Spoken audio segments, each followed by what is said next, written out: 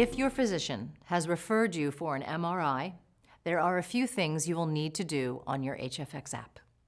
The day of your MRI, you will need to place your device into MRI Mode.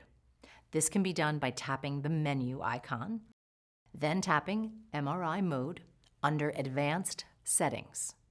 You will then be prompted to tap Enter MRI Mode, followed by Enter. You will know you're successfully in MRI mode and your stimulation has been turned off when you see your stimulator is in MRI mode on your screen. Once your MRI is complete, you will be able to exit MRI mode. To do so, tap the Exit MRI Mode icon on the bottom of the screen.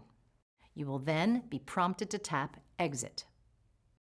To turn your device back on, tap the Turn On icon.